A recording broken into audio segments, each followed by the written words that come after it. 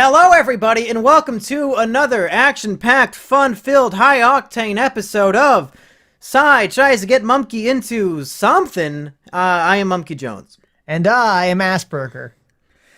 Speaking of Asperger's, Psy, real quick, we did an episode the other day called, Asperger versus Psy, because I thought that was a better title. But now, in retrospect, I wish it would have been called, like, the Intervention Podcast? Yeah, the Intervention of Psy. Yeah, the Intervention Cast.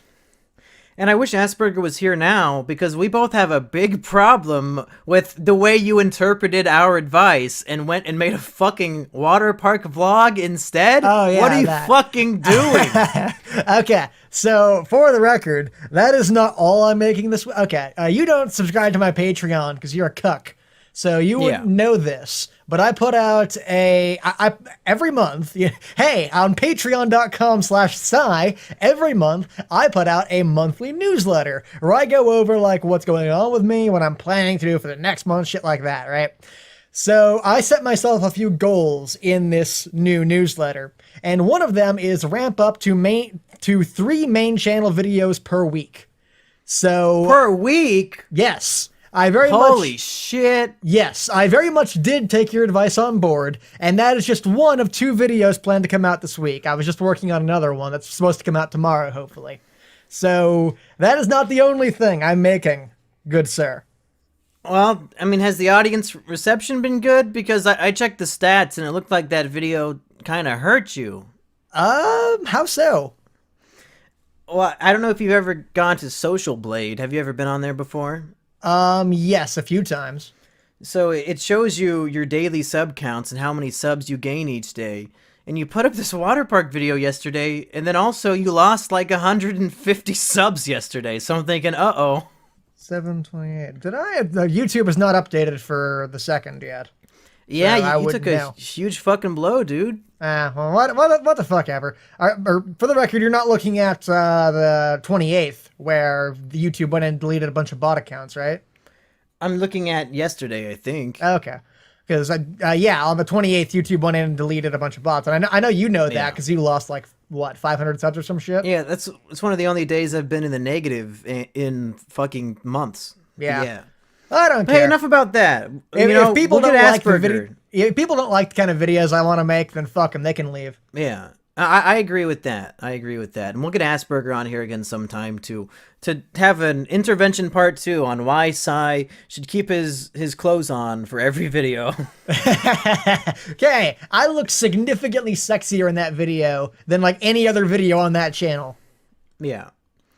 I think it's your confidence with your body that is so attractive to me. I was like, you know what?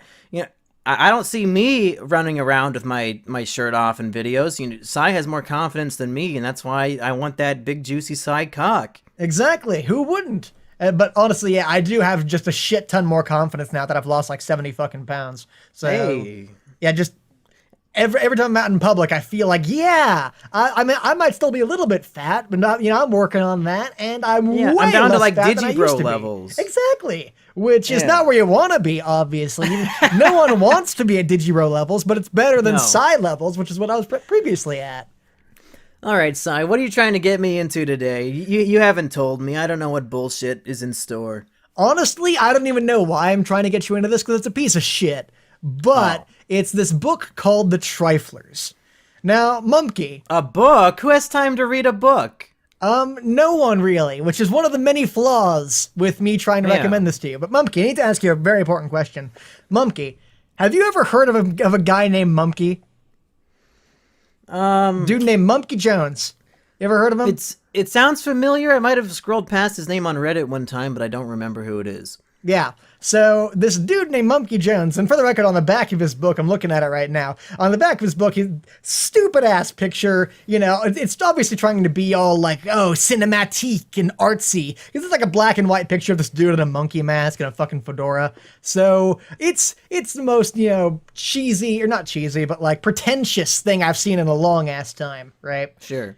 So dude named Mumkey Jones wrote this book, and just from this picture of him on the back cover, what do you expect it to be about? Of course, it's about exactly that. It's about a fucking school shooting, right? So obviously this pretentious ass prick trying to grab popular headlines by, intentionally making a book that like, oh, it hurts people's feelings so that it'll get picked up by the news media at some point and they'll be talking about why it should be banned and he'll get a lot of sales from that, right? It's basically the hatred of books. Oh, okay. You ever heard of Hatred? Were you around for that? It's that really cool game where you go shoot up the town, right? Yeah, that's the one. Yeah, I shouldn't be surprised that you of all people would know about that game. We were gonna do a Let's Play of it on the old Mumkey and Biggs show channel, but we never got around to it before it got deleted. That's a shame. That would have been great. You should still totally do that. One of these days. Potentially. But yeah, so this book called The Triflers.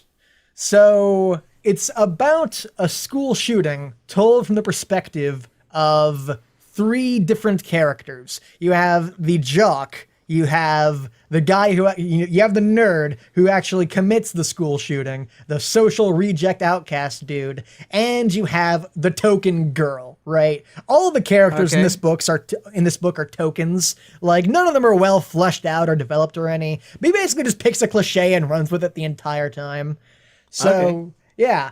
So you have the jock, you have the nerd, you have the girl, right? And the book is sort of about them, committing a school shooting together. I didn't actually read the book. I assume that's what it's about. I read the back cover in the first few pages. So I assume at the end they all sort of get together to kill a bunch of people. And so the book is glorifying killing people and committing school shootings. It really should just be banned, honestly. Yeah, I mean, it's already banned from my household because I've never heard of it, so I don't even own a copy. Right. Good. Do not let your children buy it. This is a scourge to society and should not be allowed to be seen by anyone. The book Fahrenheit 451 about book burnings? Honestly, I think we should take that on board with this particular example. Books are good kindling. I don't know why Ray Bradbury was so against it. I mean, it's cheaper than firewood for sure. Definitely. Except that it's not at all. But, I don't know how long I can keep this riff up because I've already run out of material for this. So should we? I don't know. How long did you want the episode to be? I don't know. We could end it here at like the 5-minute mark. Like, hey, the book is shit. Don't read it. I mean, if that's what you want to do, it's up to you. I'm just letting you take the reins and say whatever you want to say, I guess. Nah, I'll talk about why the book is actually good, I guess. Oh, okay. So yeah, turns out I've been fooling you this whole time. It was actually a clever twist. I have read the entire book, and I actually really liked it. And Mumkey Jones, the person with me, wrote the book. Dun dun dun. Shit. That's a major twist that nobody in the audience saw coming. Yeah, totally. Oh, fuck. But yeah, The Triflers, it's really good. Now, granted, I am not at all a book person. Like, no. There are certain things I would love to be a man of culture who, like, understands everything and can freely give his opinion about everything. But there are certain things I know for a fact that I'm, like, do not know enough about to be able to talk about it in any real context. Like, I barely think I know enough about video games to run a fucking YouTube channel about video games. But, so, I'm not a person who's read a shit ton of books, right? I have a very, very small frame of reference for, being able to critique books and talk about them and whatnot. But still, I really like this book. I had a shit ton of fun reading it. When I hear that it's about a school shooting, that just seems like it would be 300 pages of just like a massacre and people getting shot. Like, I don't know if that'd be enjoyable to read. Is that what the book consists of? No, the school shooting doesn't even happen like right until the end, and it's almost like it's like almost glossed over in a really funny way. Like, okay, the book is told from 3 different perspectives. There's, like I said earlier, the jock, the girl, and the nerd. But if you even want to, I don't know, what would you call Mario? He's not really a nerd. He's more like just a social outcast, a reject. Yeah, probably. I don't know. I haven't read the book. Oh, yeah, fair enough. Okay, we'll call Mario the reject, not the nerd. So you have the girl, the reject, and the jock. Now, the jock is telling it from his perspective of, like, writing in a journal. Mario, the reject, Mario, the guy who actually commits the school shooting, is telling it from the perspective of, like, this is my manifesto, very Elliot Rodgers style stuff. We're like, okay, this is my manifesto to the world that I'm sending out to everyone about why I've done this awful thing and why society is bad and why it needs to be changed forever, right? So it's told from his perspective and also from the girl, Dawn's perspective, after everything has already taken place. She is sort of like fled and is writing a memo of exactly what happened to her mother. And we flip back and forth between the three different perspectives. Limited omniscient style. Is that the right perspective phrase? I don't remember fucking high school shit. I would think of it more of like a found document book, yeah, something because like that. Everything like there's never a narrator that isn't a character. Yeah, okay, that's a fair point. So yeah, like that. So of course I shouldn't be asking you questions because you haven't even read the book. But yeah, so the story is told like that. So the school shooting is only really told from Dawn, the girl's perspective, and that's after the fact, and she wasn't even there. So she like, okay, here's sort of what I heard happened, and like the school shooting that the entire book is building up to is maybe like 2 paragraphs worth of material, and it's told from someone who wasn't even there, just sort of like the Cliff Notes version that she heard after the fact. It's fucking genius. Is it like a major... Oh, it's genius. I was going to ask, is it like a big cuck? Because the book's marketed as a school shooting book, so it seems like you'd be disappointed when this happens.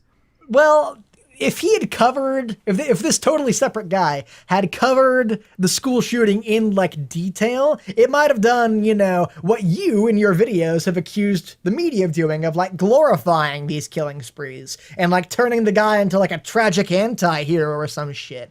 But instead, by A, having him totally fuck up at the end, and B, having it like not told to you within like 2 paragraphs, the absolute bare bones. It not only does not glorify it, it makes a dude look like a fucking idiot, and it's so fucking genius. I just love, like, because it's intended to be an anticlimax. Like, anticlimaxes are a bad thing if the writer was expecting to have a normal climax and it just didn't work out because he was shitty or whatever. But this is a very intentional anticlimax. And I can really get behind that. The idea that just the whole book is building up to this, and it's just, it's whatever, you know, 2 paragraphs of information, moving on. I love that. It's fucking brilliant. Okay. So then, is there a climax? Like, does anything actually happen in this book? It just sounds like a big nothing burger. Well, there is, in the sense that... So, like I said, the story is told from 3 different perspectives, and by the end of the book, of course, Mario, the guy who commits the school shooting, is dead in one of the most brilliant ways he ever possibly could have gone, by the way. Like, I'm a sucker for dramatic irony, and this book has so much fucking dramatic it's so delicious the way that Mario ends up, the way the school shooting ends up working out. It's so wonderful. But after that... Dawn, the girl who sort of was puppeteering Mario to do it the entire time, was sort of like flees and is on the run. So honestly, Dawn, even though she's not at the big event the book is building up to, and even though she's not the one who like directly does the big thing the book is building up to, is really more the main character than Mario is. Because by the end of the book, she's the one who's still at large. She's the one who's the real threat going forward. So honestly, I feel like her story is really the main thread that ties the book together, and that sort of keeps everything coherent and sort of can lead off, you know, it keeps it from being just a waste of time because she's still there. She's still the thing we're worried about. So why are we so worried about her? It's a teenage girl? Who cares? What's the big deal? Yeah. So Dawn is a psychopath, and she is my favorite character in the book precisely because that. She's a psychopath, but she's also... She's really intelligent, although not nearly as intelligent as she thinks she is. You know, she's a very pretentious, like, 16-year-old girl, and she thinks she's like the smartest person on the entire world. And granted, she is really intelligent, but she's not nearly the smartest person in the entire world, right? She thinks she's untouchable, but she's not. So very obviously, by the way, the author was taking a huge inspiration from Light Yagami from Death Note in sort of the way that he views himself. Never heard of it. Oh yeah, it's a shitty anime. You wouldn't like it anyway. Oh. Very obviously taking inspiration from Death Note in this regard, and So Dawn is this like psychopathic serial killer, or well, sort of. I'm stumbling at trying to describe her without too many spoilers. Basically, she's okay. The book sets her up as like having a huge admiration for like the what do they call them? The experiments that Nazis did on live Jewish prisoners, basically, where like they did really inhumane experiments on them to test sort of like the limits of the human body that previously scientists have been like, those break ethics laws and we don't want to do that. So the Nazis had no issue with that, obviously, because the Jews, as we all know, are a pathetic race of bugs who by all rights deserve to be stamped out. So these brave, heroic Nazis committed all of these experiments on Jewish prisoners, and Dawn really admires that and wants to sort of do her own thing. So her half of the book is really about her building up to trying to be able to do live human testing. And, Mario's story is almost incidental in that regard. Like, he has, his half of the book's all like, oh yeah, I'm going to commit this horrible, awful school shooting. Where meanwhile, the Jock's books and Dawn's, letter are more about these human experimentation the Triflers are doing, making Mario's thing a sort of side story that only really comes into play at the end. So the book is really far more on this plot of human experimentation and Dawn and whatnot in this group called the Triflers doing this and being manipulated by her into doing this than it is about Mario's school shooting, which really only comes into play at the end of the book and gets resolved very quickly almost. Okay, well, so what? Now I need to say if I got into this or what? Is that the end? I guess, yeah, we could end it there. I mean, well, the book is really good, and even as someone who's not a huge fan of books, I really liked it, and I had a shit ton of fun time with it. It just sounds really boring to me. Like, I want to torture people. I want to shoot people. We've all seen that before. We saw My Little Pony season 2, episode 3. Like, it's pretty much the same thing as that. Is that an actual episode that you've seen? Is it actually about that, or are you just citing a random episode? Yeah, there's a pony who wants to shoot up Ponyville. Okay. I see, yes. When he was a child, he was friends with a pony in a wheelchair, and he accidentally ruined their life. And yeah. He grew up with so much hatred and resentment towards the world over the things he'd done that he decided Ponyville had to go. Yeah, like in that episode of My Little Pony, all the characters do have a lot more depth. Yeah, I'm sort of just like breezing over the general plot right now, but there are a lot of like character building moments and things that sort of let you see how the characters got to where they are right now, how they are just so completely fucked up, situations in their life that would have caused that. And it's all very well done and set up, and like I said, dramatic irony levels over the fucking tipping point, and it's so lovely. I am sort of just glossing over the main points of the book, but there is a lot more to it if you look for it. I will say I finished writing the book the summer before my senior year of college, and I haven't really talked about this. Wait, what book is this? The Triflers. What? You wrote the Triflers? Yeah, I haven't really had the opportunity to talk about my experiences with the book in public settings, because it's usually just other people talking about the book to me. Right. But So the first semester of my senior year, I took a fiction writing class, like a creative writing where you like write stories and shit. Mm-hmm. And then after that, for my senior project, the final semester was to write up like a 50-page thing.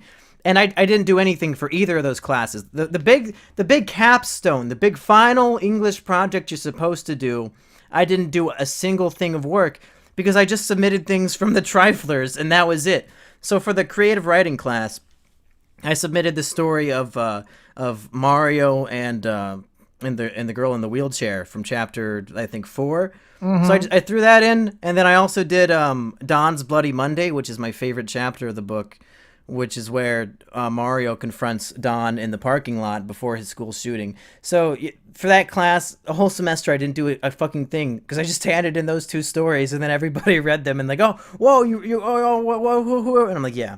Yeah, that's I wrote that last night. Holy shit, that's genius. I love that.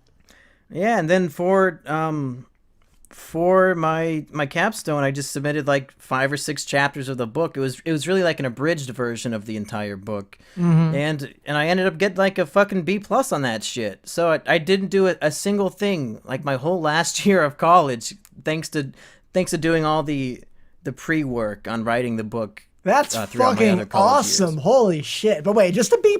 Seriously? Yeah. What did the teacher think was wrong with it? Well, it's a capstone, so the entire English department has to read it, and then they all give individual grades, and then it's just like the culmination. So it's whatever. I don't give a shit.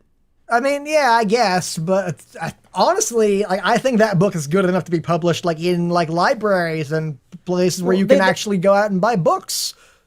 I wish it was, and I think they would agree with me if they knew that it was a full book, but they only had like a shortened version. They only had a handful of chapters. They didn't get access to the full thing. It was mostly focused on Mario. They didn't get as much of the Dawn stuff, which I think is where the book really shines. Yeah, I agree. Dawn, I did walk away from the book. I mean, Dawn's my favorite character, and I really do want to see more of her in the future.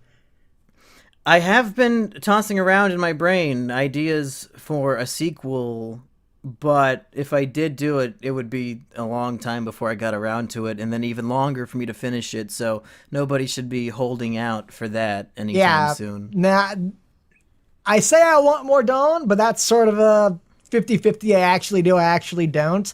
Like, yeah. I do sort of like where the book ended, and, you know. Yeah, that's the problem, is that I think it's just fine the way it is, and it doesn't need a sequel, which means if I did make one, it would have to be just really, really good to justify its existence, and it wouldn't just have to feel like I'm trying to cash out on what I've already done before, or something like that.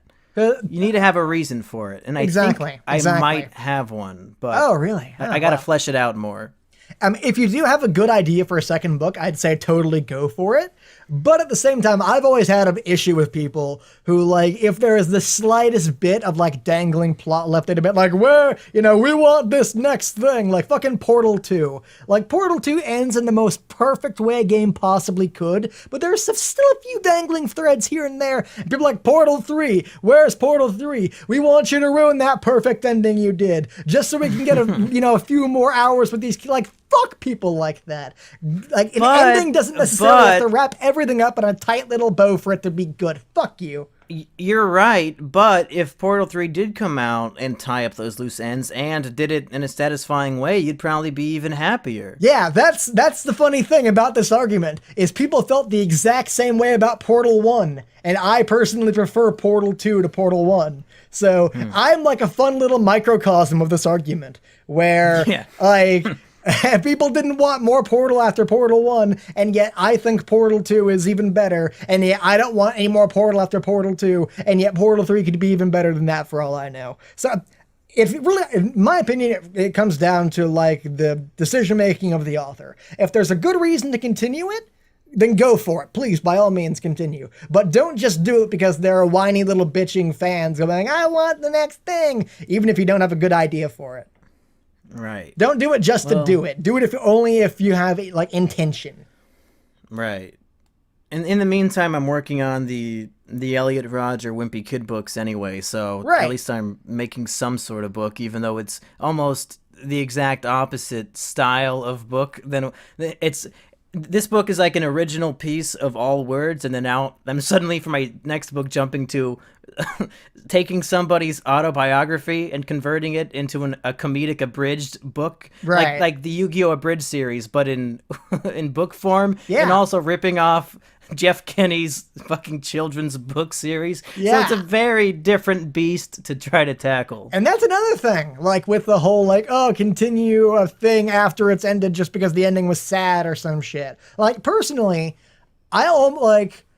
because, yes, I would like to see, a Triflers 2 at some point. But honestly, I'm more interested in seeing the other things you have going on in your head. I think I'd be way more interested in, like, a totally different original concept from you than I ever could be in, like, a Triflers 2 or whatever. So, and it would not be called the Triflers 2. It would obviously be called the Bracken Experiments. Come on. Oh, yeah, fair enough. Come on. Fair enough. So, yeah. I just want, whatever you have coming for us, I think it's going to be great, and I'm excited for it. Well, we'll see if YouTube lets me. Let's see if YouTube's gonna shut me down for good this time. Who knows? Who knows what they're gonna do? Here's hoping. So everyone go Trusted subscribe to Flaggard Mumkey Jones too, Yeah. and follow him on Twitter. And while you're on Twitter, follow me on Twitter. Meh. I wouldn't go that far. Well, fuck you too. Okay, no one But buy this Trusted book. It's Flagger- shit. No, yeah. Trusted Flagger has told me on Twitter that YouTube is not responding to him as quickly as they used to. So now when I get these false flags and false strikes, I'm having to wait longer, if not forever, to get them removed. So I'm pretty much just fucked. I I guess I'm gonna die any moment now for no reason again. That fucking sucks, dude. Yeah. And then when I make a video about it, it's like, hey guys, you know how I had a new video yesterday? Well, that got taken down for no reason again. Just letting you guys know. Also, here's all my contact info in case my channel gets removed. Right. I post that yesterday. I get nothing but comments of, why does every YouTuber who gets a video taken down, suddenly every video they make is about their persecution from YouTube? You fucking retard. Oh, every video I make is about this? It's probably because every other video got fucking removed, you stupid shit. I'm making other things. It's just getting taken down, you fucking cuck. Amen. Yeah, that's the end.